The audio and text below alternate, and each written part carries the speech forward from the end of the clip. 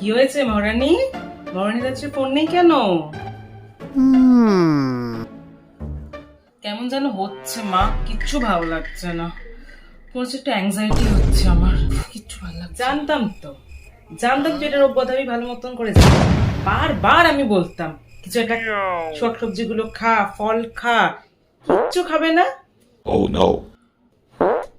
সেই ওই ছাই পাশ গুলো খাবে আর শুধু সারাদিন মাংস মাংস মাংস খাবে।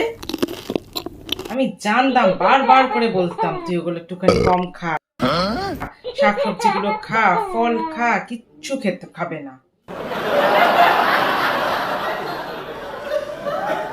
আমি বলি একটা কথা তুই আমার শুনিস না।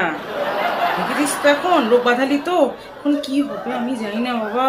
কি রোগ বাঁধিয়েছে, তোর মন যা চায় তুই তাই করিস, যা ইচ্ছে কর, আমি আর কিচ্ছু বলবো না তোকে, কিচ্ছু বলবো না। কি হরে